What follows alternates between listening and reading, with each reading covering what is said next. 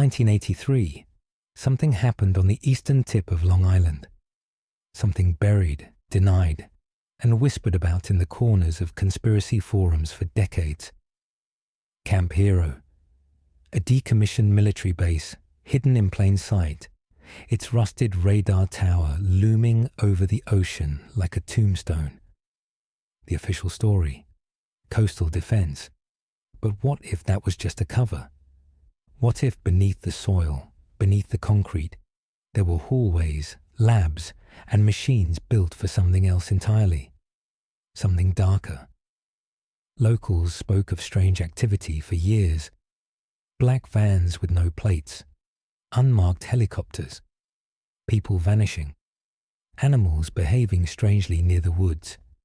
And then, in the early 1990s, a man named Preston Nichols came forward with a story too outrageous to believe and too detailed to ignore. He said he worked at Montauk, not the Camp Hero above ground, but in the secret complex below. There, the government, or something like it, was running experiments on the human mind. Psychic warfare, time travel, dimensional portals. Children taken from the streets, tested and tortured, pushed to the limits of consciousness. And at the center of it all, a boy named Duncan. Nichols claimed Duncan had abilities beyond comprehension. When placed in a specially built chair and linked to machinery, Duncan could access other dimensions, create objects from thought, and even open time portals. Not tunnels, rips, tears in the fabric of our world.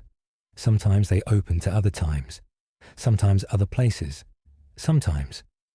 Things came through, creatures, shadows, things we were never meant to see.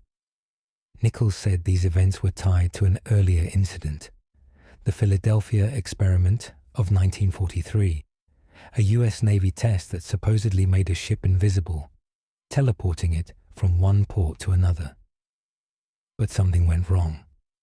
Some believed that experiment tore a hole in space-time, and the Montauk Project was an attempt to control, or fix it. The same names appeared, the same theories, and the same consequences.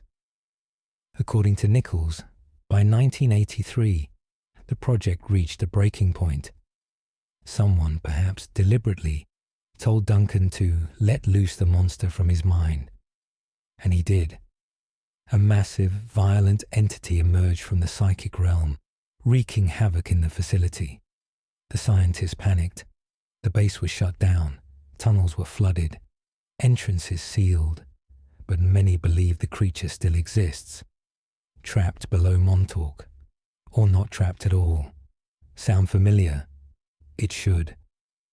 Stranger Things was originally called Montauk. Its creators, the Duffer Brothers, based their early scripts directly on this conspiracy. A secret laboratory, psychic children, a parallel dimension, a government that erases its own tracks. It's all there. The only difference? Stranger Things ends after 10 episodes. The Montauk Project, if it's real, never ended at all. Today, Camp Hero is supposedly a public park. You can walk the grounds, see the rusted towers, take pictures by the barbed wire. But try entering the old base. You'll find sealed doors, strange symbols, and cameras that still work.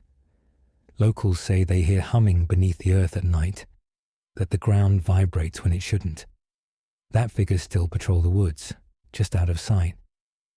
Of course, officials call it all nonsense, hoaxes, misremembered Cold War paranoia. But why did multiple men, decades apart, describe the same events? Why do FOIA requests still come back redacted? Why did the government build such an elaborate facility in such a remote place, and then suddenly abandon it? And why, despite being open to the public, are certain areas still off limits, with no explanation?